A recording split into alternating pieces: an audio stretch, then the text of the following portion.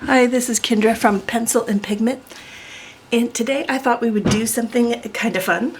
So if you, for my extreme budgeters and creators that want to participate in Sketchtember, which starts in September, I'm going to do a video tomorrow talking about all the different drawing creator challenges happening next month.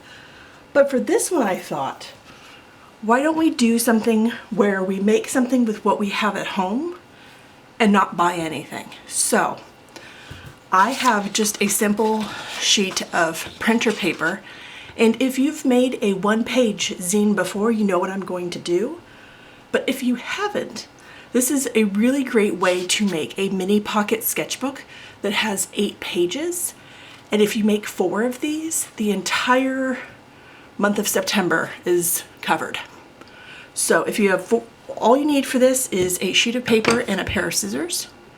If you want to pause the video right now and go get this. Okay. Now, with this, you want to fold it in half lengthwise. So the long way. And you don't need a bone folder. You can push down kind of hard. If you have fingernails, you can use a fingernail to run across the seam. Or with your scissors, you can take the handle and run it across the seam just so it's nice and crisp. Now you're going to want to fold this widthwise and make a nice seam. And with YouTube videos, you can slow them down. You hit the little wheel button and you can play them at half speed if you like, if I'm moving too fast. And then you're going to want to fold this widthwise one more time. So it almost looks like the size of an identification card or a credit card in your wallet.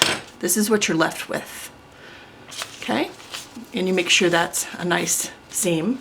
And then you unfold the paper. And you'll notice with the paper that there are 8 rectangles. 1, 2, 3, 4, 5, 6, 7, 8. What you're going to do now is fold this in half widthwise.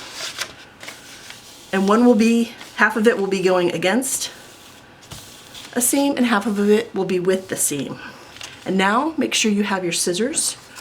You want to turn this and we're going to cut from the folded side, not the open side, but from the folded side, we're going to cut all the way to the half middle seam on that fold. Okay, like this. We're going to open it back up. So this is what we are left with, a sheet of paper with a weird slit.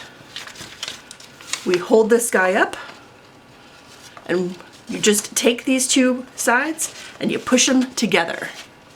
Just push them together. So you hold it horizontal in the horizontal fold and you push these 2 sides together and then you grab them and you start folding.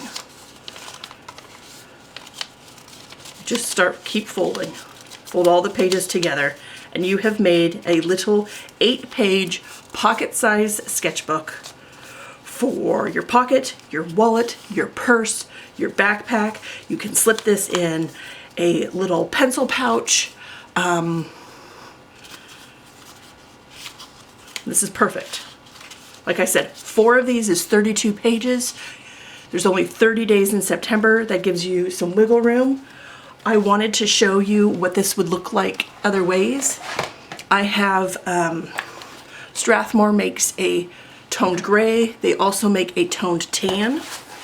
If you're into color substrates or you want to know what that is, a color substrate is a colored piece of paper that you illustrate on that basically covers the middle tones. So all you would use this for would be when you're drawing, you would do the highlights and the shadows. And you would save product by not covering any of the middle tone and use the paper instead. So this would be a toned tan mini sketchbook. This would be a toned gray mini sketchbook.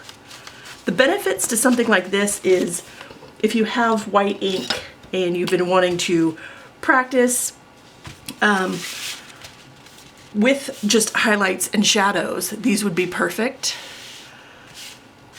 and you're wondering what would you use toned gray or toned tan for, a lot of people use this as a base for some skin tones. It's not for all skin tones, but you could use it for warm, creamy, bright sunsets or mountains or something like this. The toned gray is great if you're working on architecture and perspective and you just want to sort of do the leading lines of your perspective with some buildings. The toned gray is really nice for some of that. I also had another idea.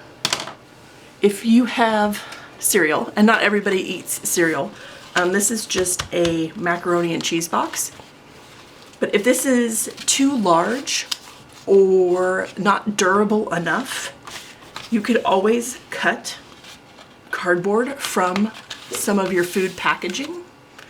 And cereal boxes are probably the best because they're the largest. But what I made here was I took some Astro Brights paper that's really bright green, and I cut everything in really long vertical strips. One staple. So this is a part of the macaroni box. Here's the paper. I did use a stapler for this one, and this is much smaller. So when you are out and about and you're like, I don't have time for a drawing challenge, you can sort of pull this out of your pocket. People probably think you're making, you know, if you're self-conscious, and I know a lot of people are, and that's totally fine. You can be out and about and decide, you know, I just want to do a quick little doodle because we're standing in line and I'm so bored. Or if you have an idea for a project and you're like, ooh, I want to do a flower, a daisy, make notes for some of the projects you want to do. And you're just doing studies, little sketches. This is perfect for a pocket. It's smaller than an ID card. Plus you have the cardboard cover if you're interested in something like that. These are all options. Use the paper you have at home. This is just really cheap printer paper. This is like no pressure paper. So if you feel a lot of pressure to have everything look perfect, grab some like really thin, horrible paper. Just grab any pencil you have, a number 2 pencil of any kind, and just start sketching. And just practice shapes, ideas. It doesn't have to be anything crazy.